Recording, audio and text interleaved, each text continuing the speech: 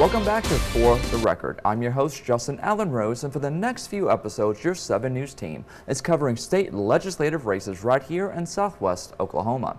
The next one up is the race for House District 62, which mainly covers the west side of Lawton. Now for this race, Republican Daniel Pay is going up against Democrat Allison Offield. I spoke with both candidates about education, taxes, Ryan Walters, healthcare, and much, much more. So here's my full conversation with Allison Offield. You can find my interview with her opponent, Daniel Pay, in the very previous episode. Allison, I know you've been knocking on doors all throughout town, running for House District 62 right here in Lawton. But for those who maybe have not seen you or haven't been at the doors to answer it just yet, tell us who you are.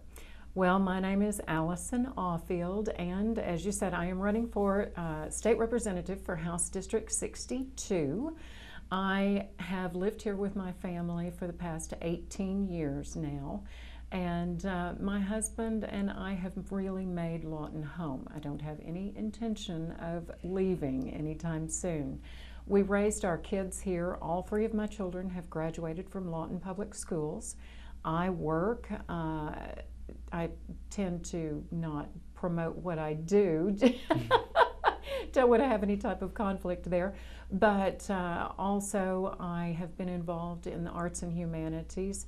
You may have seen me on stage. I know I've been here at KSWO promoting some of the things that LCT's done. So, why did you choose Lawton? Why did you and your husband really choose Lawton to settle down? Is it, you said you don't want to move anywhere else. What brings Lawton, or what makes Lawton make you?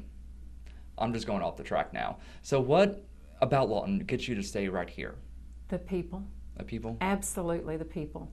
You know, for the people who really know me, I have a story that I tell, and it's so there is a family, and they have everything loaded into their vehicle, and they're pulling a U-Haul behind them, and they pull into this full-service gas station on the outskirts of town. And they said, we're looking for some place to be able to move. What's this place like? And the old man there at the station said, well, tell me what it's like where you came from. And the family says, it was absolutely awful. We are just so ready to get out of that place. We're looking for someplace else, just starting fresh. The man said, well, you know what? I think you're going to find it to be a lot like that here too. So a few weeks go by. Again, same type of scenario. Another family comes through. They've got everything with them. Again, we're looking for someplace new to move. What's it like here? Well, what's it like where you came from? Oh my gosh, we are going to miss it so much. The people were wonderful. Our neighbors were great. We had great places to work. We loved our house. We loved our community. And the man said, I think you're going to find it to be a lot like that here too. And that is kind of my approach to Lawton. I think that we have wonderful people that are worth standing up for. And so that's one of my reasons for actually running, because I do believe in our community. I was just about to ask you that. Do you think that approach influenced your worldview regarding maybe how you might legislate if you do make it to the legislator? Oh, I think so. You know, if you tend to view things positively and you are really looking for a change in order to help people, I think that certainly that's going to influence the way that you're going to lead. One of the things that I've heard over and over and over again, and it hasn't mattered if it's foster families, if it's teachers, exactly what the people are involved in, they have just said, when you are making decisions, the one thing that we would ask for you to do is consider how are those of us that are here on the ground going to implement that, and how is it going to affect us? And so, you know, I think that's an easy thing to do when you actually really do care about the people. So what are the issues you're either hearing from people or you're seeing on the ground right here in the District 63? Well, one of the things that everybody has on their mind right now is education. I never anticipated that, regardless of what age level you're talking about, what industry you're talking about, education is absolutely something that is top on everybody's mind. And of course, they're concerned about what's going on with Ryan Walters. And so I think that is that's the number one answer. And then, of course, you also have people who are concerned about our mental health issues across the state. Are those issues you would try to tackle in the legislature? Would those be on the top of your mind? Oh, yes, absolutely. Speaking of education, a lot of people had us ranked around 17th and around the 2011 mark. Now, fast forward a little over 10 years, we're around 49th, those sites give us. Why do you think we have seen that drastic decrease, you can say, in our educational ranking? I think one thing is I talked to teachers that this implementation of the commercialized testing, I think that's a problem. We stopped being able to really measure how well the kids were learning. And I think we need to kind of step back, get out of the teacher's way, let them do their job, give them the resources that they need in order to do their job. And, you know, they went to school for a really long time. They did student teaching. They have a lot to be able to actually inform us about what they need to do their job, and I think we need to listen to them. Ron Walters is the name you mentioned that's on the mind of those who you're knocked on the doors for. In terms of the words investigation, impeachment have been thrown around regarding Ryan Walters. A group of Republicans have signed a letter trying to get Loft to investigate them, other organizations to investigate them, and Democrats have been, throughout the years, been marching that beat as well. Do you think there needs to be an investigation into whether it's spending or just the actions of OSDE and Ryan Walters? Absolutely, absolutely. Anytime you really wonder where somebody is putting their money, what they're doing, their leadership style, if they are not benefiting those people who are supposed to be following them, then I think that it's a good idea for you to evaluate whether they're doing their job well and whether or not they're doing it correctly.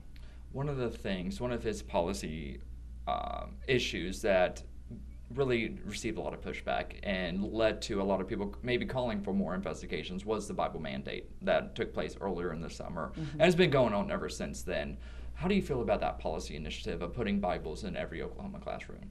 Me personally, I think that rather than asking for another $3 million to go towards the Bibles in the classrooms, I think we need to look at that going towards our paraprofessionals.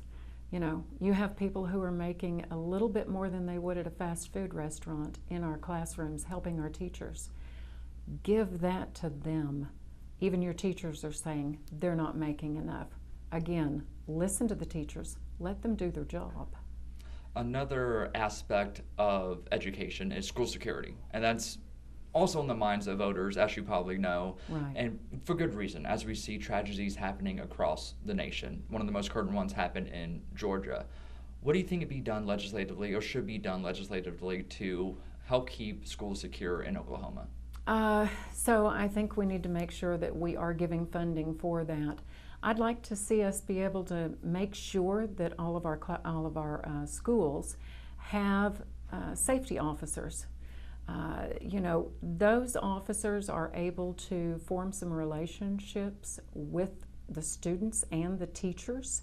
And in cases where you have students who say, hey, I'm worried about this or that classmate of mine, I'm worried about what's going on, maybe they've got something that they don't need to have there in the school. Those officers, if they're able to form the relationships with those students as well and be a presence, can be someone that they can safely alert. Mental health and counseling also needs to be absolutely in our schools. You talked about funding those things. How we get the funding is, of course, through taxes. And one of the accomplishments, at least in the eyes of the governor, last session was the repealing of the state grocery tax. Some people think we need more tax cuts, including the governor. He says he wants a path to zero in terms of income tax. Are you of that position as well? Do you think we need more taxes, or do you think that might put us at a detriment budget-wise? So I tend to err on the side of caution. And I think anytime you take away what you're bringing in, then you're going to be taking away services or programs also. And so I would really have to see how our budget was going to look before I would want to weigh in on that at all. What about bringing businesses to the state of Oklahoma? What do you think can be done to make Oklahoma more attractive for businesses, not only to come to Oklahoma, but what about this part of the state and maybe around or within District 62? Well, education obviously is going to be paramount. If you have a good educated workforce, then that helps to let people know who are coming in that there's employment that's already ready. It's already on the ground. They're just waiting for you. And that also making sure that you have good health care in an area. You know, you're not going to have people who are going to want to move into our area if we don't have good school systems, if we don't have adequate health care providers, and having cases where maybe somebody is having to wait for 3 months to be able to get into the doctor. I think we can make that a little more friendly. Rural health care. You mentioned health care. I mean, everything seems to compound one another in terms of issues. Absolutely. Everything's connected. Yeah. What do you think could be done more regarding rural health care? I mean, I know we're not living in, let's say, a Frederick or a Chattanooga where we don't have a hospital. We have one here. But still, what can be done regarding that?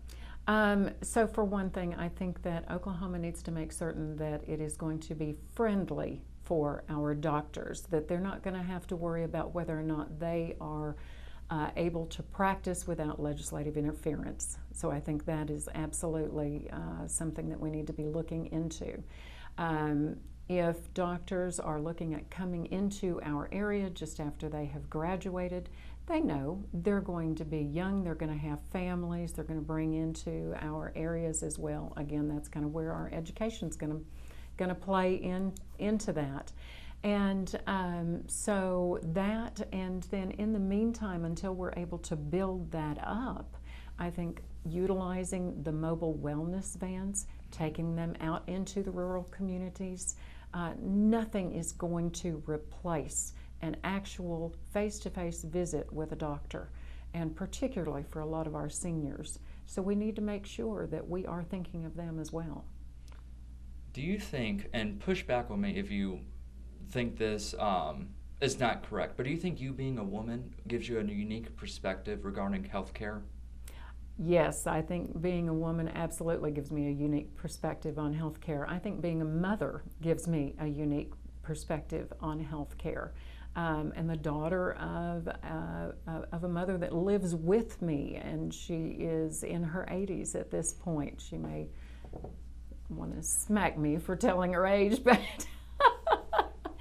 but anyway, so yes, I think I absolutely have a unique perspective on it. Tell me about that, because my parents are getting older as well, and I'm witnessing things that, you know, when I was young, I never thought about. And so it kind of illuminates things for me as I get older too. Maybe someone that hasn't gone through that maybe doesn't experience it. Do you think that will help you out legislatively, be able to find certain things to help individuals on the ground? I think so. You know, I think that we are kind of a culmination of our experiences. And so I can honestly say I've had a variety of experiences in my life, and so in between my children, my grandson, my mother, my husband, extended family, I think I've got a lot to be able to offer. Experiences. A lot of people are experiencing pain when they go to the grocery store now regarding inflation. I know feds are saying inflation is cooling, but people are still feeling that in their pocketbooks whenever they spend money on goods. What do you think can be done? Can anything be done at the state level regarding inflation? Well, I'm not sure that we can do a whole lot at the state level because, you know, to be honest, there's a lot of corporate greed that's just taking place. And until somebody can get that reined in, we are all hurting at the grocery store. Homelessness is an issue not only affecting the state, but right here alone too. It seems like we're seeing an increase in homelessness. What can be done, in your view, to meet people where they're at to help alleviate some of the issues the homeless is facing? So I think, one, we have a couple of people here in our community who are doing magnificent work, just boots on the ground, Brenda Spencer Ragland, Bernita Taylor. Those two ladies are doing amazing work with the programs that they have. Empower Hope, C. Carter Crane, and then Bernita Taylor with Might, and then she's also working with the Work Ready program, which I frankly am just very impressed by everything that each of them are doing. But they take a very multifaceted approach to everything that they're seeing. They know that you can't just give someone a home and say, there, you're no longer homeless. You have to be able to realize the situations that got them there to begin with, whether that was because they lost a job. Well, what contributed to the job loss? Did they have any mental health issues? Was it substance abuse? Was there a health issue that caused them to no longer have the ability to pay for their rent? You know, what exactly was it that got them there? And then how do you help with those things? And also just following up, not just leaving them in that position, but making sure, you know, that you follow up and that you are part of the community. I was talking with someone earlier this week, and just as we visited, being reminded of the fact that as independent as we like to be able to be, we were built to be in community. And so in community, if we are looking out for one another, our community will thrive. Negative partisanship is the idea of hating another person because of the political party that they're affiliated with. Do you think that is affecting Oklahoma politics in the legislature, or just on the ground in the culture here in Oklahoma? Do you think that is taking place? Do you know, I never anticipated being as hopeful as I have wound up being when I first went into this campaign. Being able to meet people where they are, look at them in the face, you know, and just see one another as a person. What a wonderful experience this has been for me. I have had maybe a handful of people who have said, what party affiliation are you?